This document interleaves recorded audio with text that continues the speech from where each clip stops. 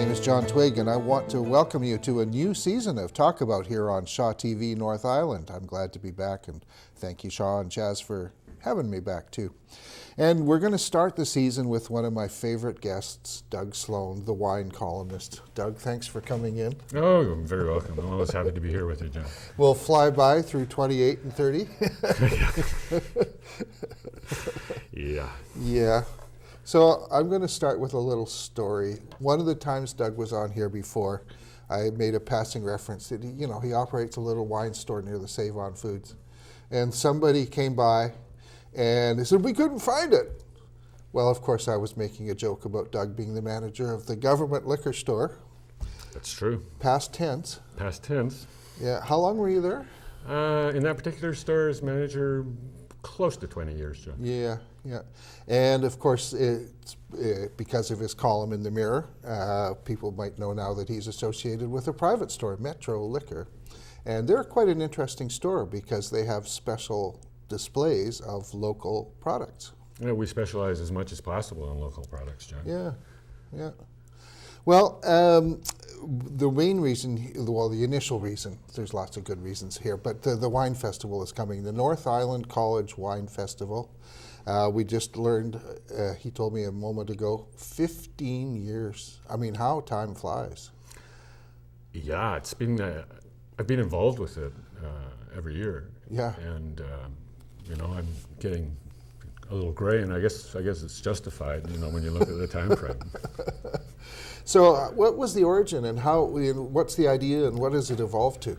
The origin, initially it was conceived of by the tourism and hospitality people at North Island College who were training chef trainees. Yeah. And they were also training hospitality management trainees.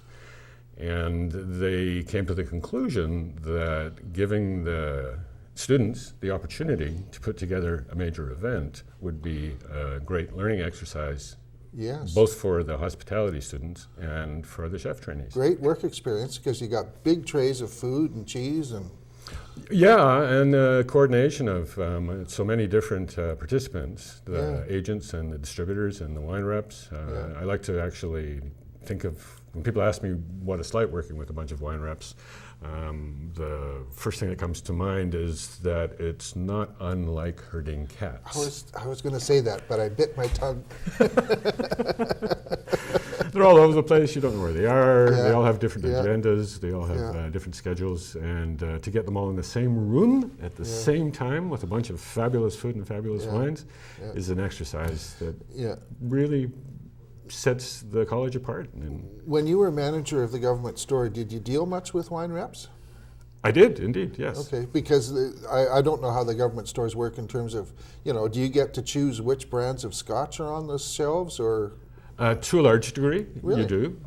I would have to say that having moved to the dark side, moved into the private sector, my contacts with agents and reps are more intimate and more interesting because I now have access through the Metro Liquor chain. I have access to products that the government liquor store system simply doesn't carry for one reason or another. For example, not specific, but type.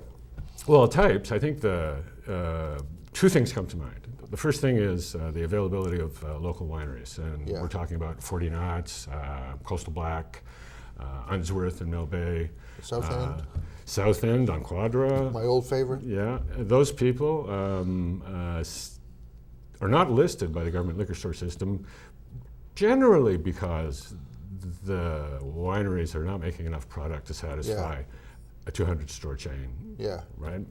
That's the one thing. The other thing I think that was quite remarkable for me and has been quite a steep learning curve for me is that through the private sector, certainly through Metro Liquor, we have likely the widest selection of craft beers available in Vancouver Island. And craft beer is a really explosive part of the marketplace right now. When you say explosive, I think we might have done a show 9 months ago, 6 months maybe. I don't know how long it's been. But it seems to me the craft beer thing has just it's always been around, but why is it taking off now, like in the last year? I think that they worked out how to do it on a smaller scale. To make money out of it. Yeah, we now have for instance, in the Comox Valley, there are now 3 breweries. Really? Oh. And there are some people working behind the scenes at this moment, as we speak, to start a brewery in Campbell River. We beat the mirror on a story. Well, they're not quite there yet, but, Okay. but they're working through it. Yeah. And it's Well, huge. that's The beers are all unique. They're all Yeah. quite different. There are a lot of seasonal listings. These are products, again, that you won't see in the government liquor store system Yeah. because they don't make enough, and the distribution Yeah. chain is incredibly difficult to deal with. Well, the wine festival that's happening on Friday, November 20th at North Island College, Third Course Bistro. Here's the what do you call this? Mad About Wine. Yeah. And They have a there Madman it is. theme Yeah. based Now, on the TV show. are they going to have craft beer? I don't believe there's going to be craft beer there. I think they're pretty well restricting it to Just wine. It's Yeah. called a wine festival for a good reason, I And guess. that could be the reason. Yeah, one of the reasons. Yeah. So let's talk about the wine festival. Sure. I don't recall them having themes like that, but maybe it's just I missed it. Yeah, they've always had a theme of some kind. Okay. The last one that comes to mind to me, John, I think, was the Titanic. Oh. And what it does is it offers an opportunity, for the people who are putting it together, to dress the room in a thematic way. Right. And at the same time, it offers a really, cute opportunity for the people who are attending the wine festival to come in some form of costume. Oh. Right? So we're looking at the Madman TV show, which is basically set in the advertising world in New York City in the 60s. Right.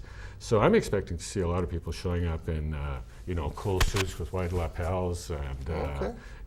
dresses with tight skirts and pearls to swing and, all that kind of stuff. Right. Well, $55, I guess you can afford to do a dress-up thing. $55. It is the most elegant little wine festival, certainly on Vancouver Island. Yeah. And one of the reasons is that the people who attend it consider it a really interesting evening out, and they're up Yeah. for the challenge. Yeah. Is there a ride home factor? There's always a ride home factor at the Yeah. North Island College Wine Festival. Yeah. Yeah. That's good. Yeah, they've got buses on hand and drivers to drive you to your home, and Yeah. I think it's a wonderful idea because if you're looking at 20 wineries and tasting, for the sake of argument, 60 to 80 wines minimum, Yeah. you can't help but ingest a certain portion of the alcohol, even if you are deliberately trying to spit it out. Yeah. We've been once or twice, and I just I can't do the spit thing. I mean, physically I could, but it seems such a shame to waste it. But you've been around, obviously. That's the thing to do, isn't it? I think that here to quote from my column, which will actually appear this coming Friday, John. Okay. Professional wine tasters rarely swallow any wine. The real trick is to sniff deeply, sip generously, swirl the wine around in your mouth, and spit it gently back into your glass. Oh, not into the bucket. Then empty the glass into one of the handy receptacles they that have makes there. sense. But, as I say in the column, if you find this too disgusting to even consider, then, be aware that you either have to have a taxi or a designated driver Yeah. to take you home at the end of the evening, or you take advantage of their free ride home program. Yeah. And another de rigueur thing for these kinds of events is no perfume. No perfume, no What? perfume. With all of those delicate aromas and subtle flavors, don't put on any scent. And this just doesn't, we think about ladies and perfumes. What we don't think about is guys and their aftershaves, Right. right? Now, when you're tasting and sniffing really delicate white wines, for instance, that kind of eau de brut thing, that Old Spice aftershave, can defeat your ability Yeah. to subtly analyze Yeah. the delicate character Yeah. in the wine. That's let's segue on that a bit. The subtle characters of the wine. Yes.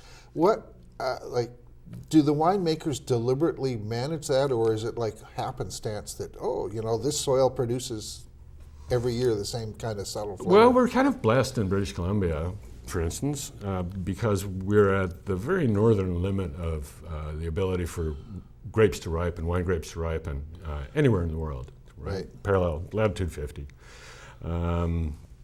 What happens is that the characteristics of the wine, particularly in the Okanagan Valley, are incredibly well balanced because you get cool nights, which allows the grapes to maintain their natural, bright, refreshing, tart acidity.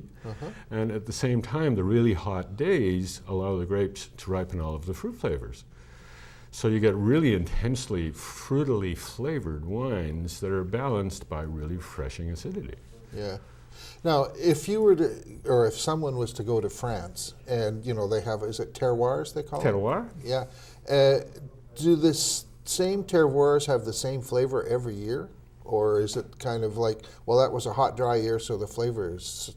No, you nailed it, John. That's it. It's a combination of the actual substructure, the soil, the mineral, the climate, all of that kind of stuff, and the ability for the grapes to ripen, which will depend on how hot the year happened to be, how sunny, when the rains came, all of those various things. The winemakers have to be able to digest all of that information and put out on a predictable in a predictable fashion, a wine that sort of reflects their house style from year to year. Right. And it's quite a trick. Tricky. Yeah.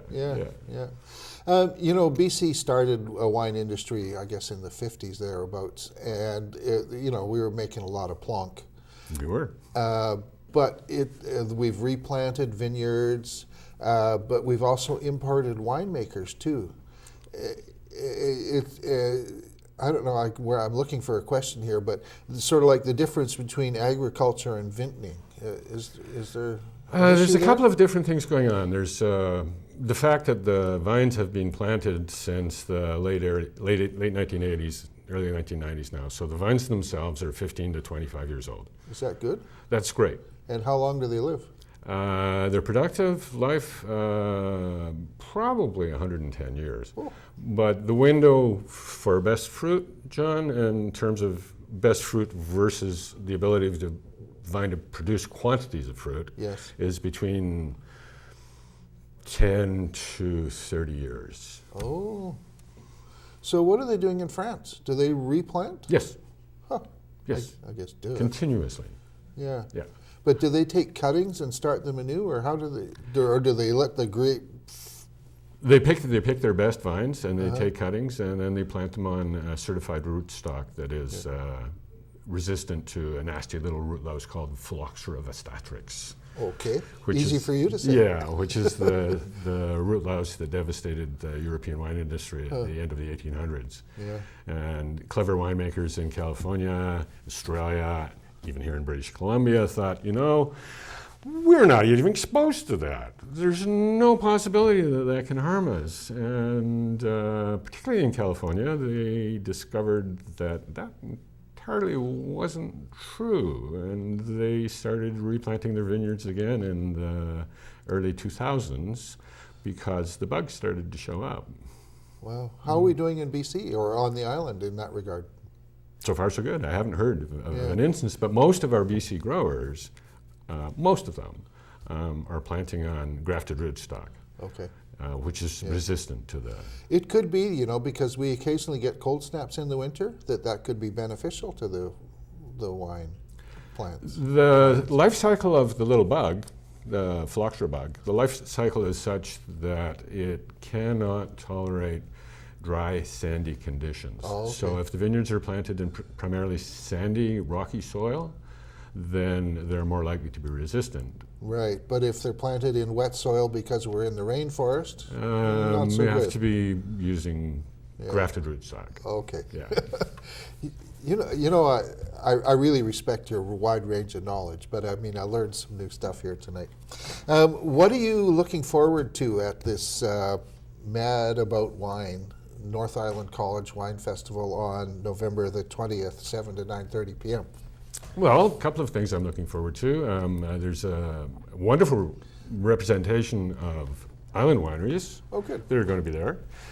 And I think that many of the people attending either have been unable to find those wines or haven't actually been to the wineries themselves. They stretch all the way from the south end of the island up through Victoria, Millbay, Cowichan Valley, Duncan, laterally up to here, Beaufort and Comox, Blue Moon outside of Courtenay. 40 knots in there? 40 knots is out by the Comox Airport, and of course South End, on Quarter Island. Yeah.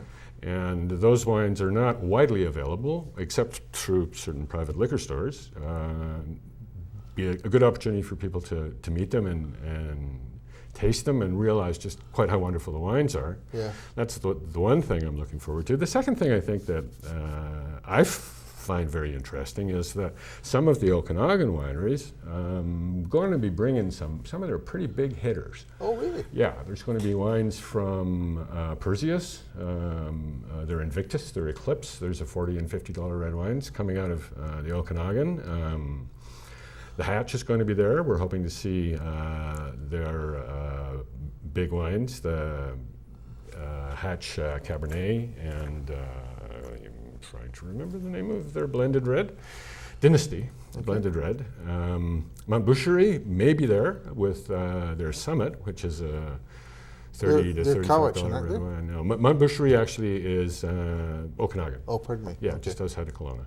Yeah. And I think it'll be great for people to have that opportunity. At the same time, the reps and agents are going to make a point of bringing in new products that we haven't yet tasted. Yeah. I get the sense that after 15 years, the North Island College Wine Festival is getting a reputation. You know, if you've got a big, successful, or even a small, very successful winery in the Okanagan, coming all the way to Campbell River, I mean, they're not coming because they enjoy the ferry ride. Likely not, but they are in the process of rolling out their new products and new wineries. Yeah. And it's a great opportunity for that to happen, particularly when you consider the economies of scale. Right. And the fact that most of these wineries have either chosen not to list their products in the government liquor system, or they simply have not been able to place their products in the government liquor system. They're still boutique size. Yeah. Yeah. And those are the wineries that fascinate me most, because I believe that those wineries can make unique products that you're not going to get from any other place in the world. Yeah. And as long as we get behind them as consumers, as long as we actually purchase those products, then we're contributing to the viability of the industry. Do you expect to see some wine buyers, like from a major restaurant in Victoria or Vancouver, coming up here for the event?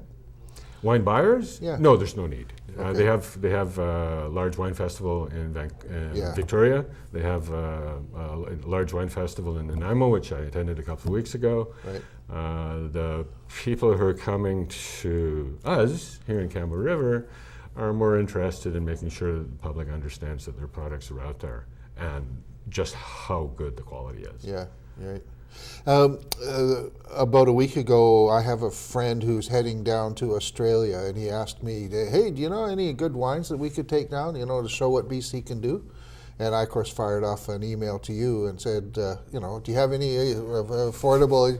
And he wrote back and said, how do you define affordable? Really?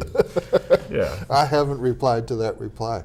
Well, in the past, up until very recently, and you know, I'm an old guy, right? So very recently could be 10 years ago, right? Yeah. But up until very recently, if you were taking Canadian wine abroad, the tendency would be to buy some kind of ice wine, because we're very good at that. Actually, that was almost an accident to that industry. Yeah.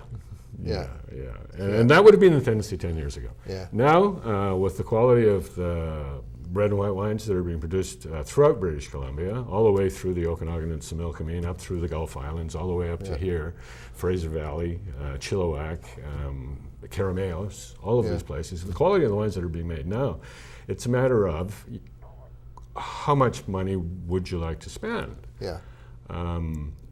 Okay, we got a bottle of Coastal Black's blackberry wine down there. We have a bottle of Coastal Black blackberry wine. How much does that cost? That's retailing for, and forgive me if I'm off in pennies, $23. Yeah. Okay. So, you know, like, frankly, you know, I'm a retired guy on a pension. Yeah. I can't walk into the store and say, oh, sure, I'll throw out $25 for a bottle of wine. Yeah. But other people, of course, that's a bargain, I guess. Absolutely. In fact, Coastal Black has a really wild following of dedicated customers, because they make fruit wines, and they're all a little bit on the sweet side, and they're screamingly fruity. Is that pure blackberry, or is it blended with grapes? To the best of my knowledge, it's pure blackberry. Wow. And they're getting $23 for it, which is, you know, good for them. Yeah. Yeah. Yeah. And these, Coastal Black were one of the first past the post. Yeah. They were making wines out of fruit, while other wineries in the North Island in particular were still planting grapes. Well, I can still remember too, maybe it's a while ago now, time flies, but people used to turn their nose up at, fruit wines. Yeah. But not anymore, eh? Not anymore. No. I'm also really intrigued by Shelter Point. They're making vodka there, but the flavors they're using. Can you give us a bit of briefing on that? Shelter Point started out as an exercise in making malt whiskey. Right. And making malt whiskey takes, depending on 10 to 15 years. Oh, okay. So in order to make a few bucks on the side while they were waiting for the whiskey to mature, they started producing a line of vodkas, and the vodkas are very successful because many of them are fruit-driven. Yeah. And they infuse them with a variety of different fruits. Well, I had an infused chocolate, and it just blew me away. Woo woo. Yeah. Yeah. I don't know. How do you feel about that product? How do I feel about it? Yeah. I don't drink a lot of spirits. Okay. I think from the point of view that they have to be making money while they wait for the malt to come around, they're doing a wonderful job of getting it out there and a wonderful job of marketing it, and quite a variety of flavors. So it doesn't much matter whether you don't like raspberry or lemon or lime. They got chocolate for you. Yeah. Licorice. Yeah. Yeah. Okay, we've got a few minutes left to talk about the industry at large. The grocery store thing. This is Pete McMartin did a story in the Vancouver Sun for those that are. Doug didn't put the date on this. It's about a week old. It's not very long ago, anyway. Yeah, it's about a week ago. But there's a concern that the grocery store thing could undermine the winemaking industry. How does that? Or how does it work? Am I missing it? Or? No, I think you've sort of summed it up rather well, John.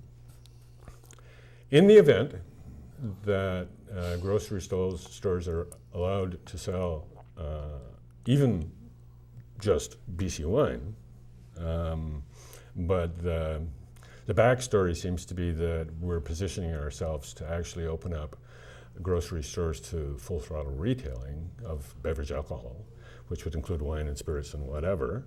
But let's just bet that's projection. Yeah. But at the moment, what's on the table is BC wine.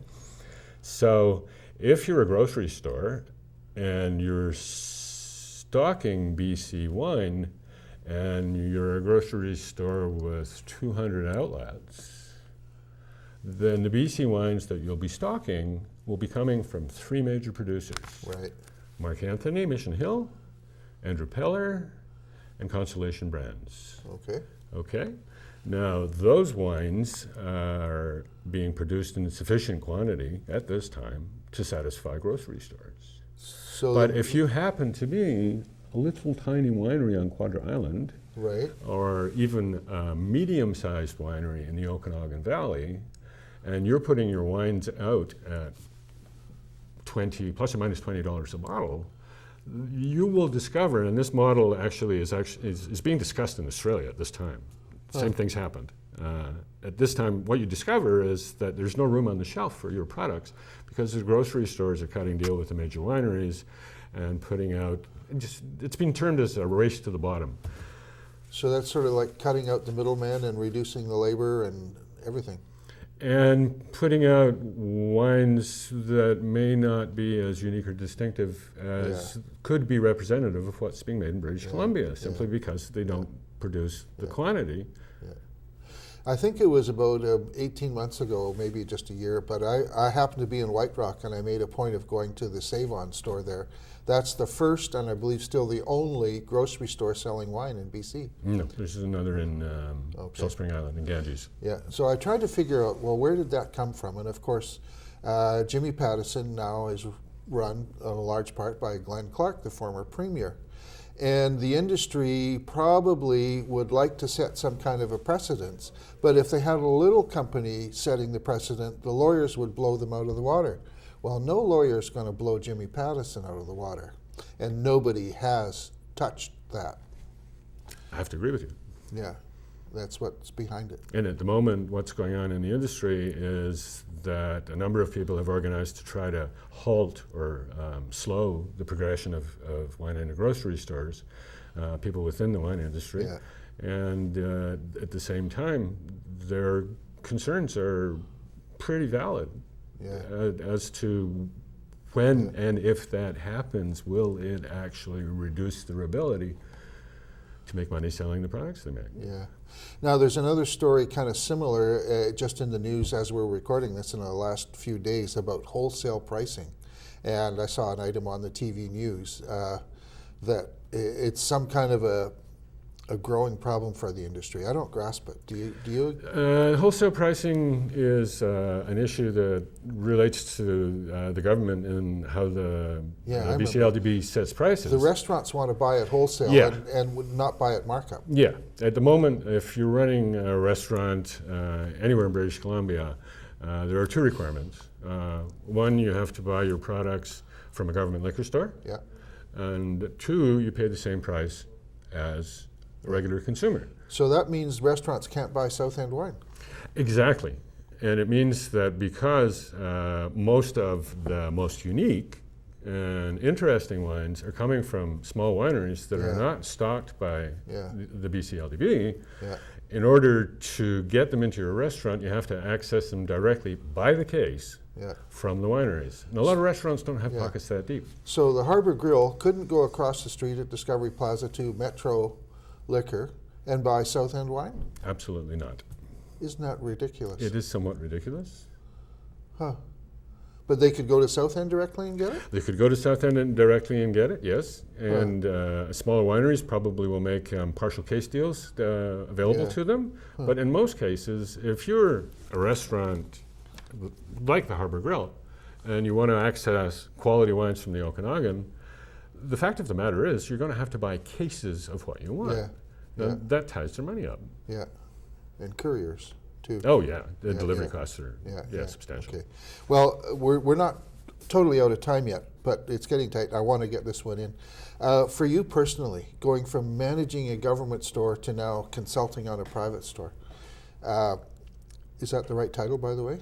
My actual title with Metro Liquor is Sales and Marketing Consultant. Okay. Yes. Anyway, so for Doug Sloan, how's the change been? Change has been great. Yeah. It's been great. I was amazed at first by the steep learning curve, the variety of wines and spirits and other products that are available through the private chain that aren't available. So it's been doing a lot of learning and pulling a lot of corks and trying to figure out what's going on.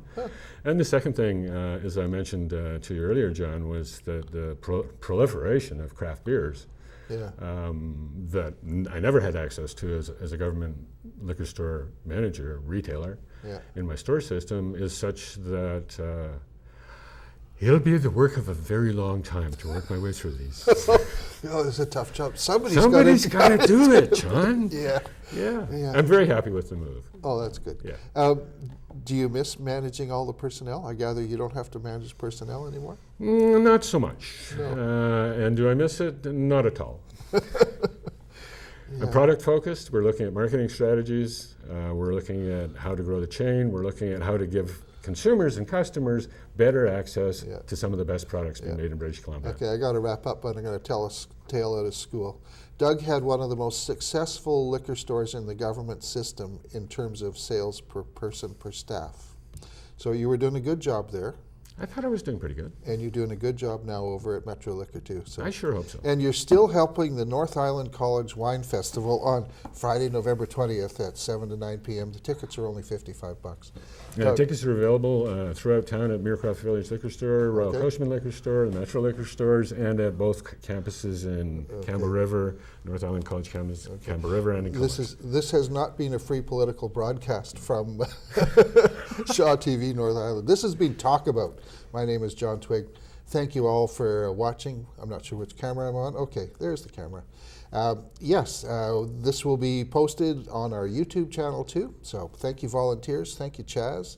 And thank you for watching.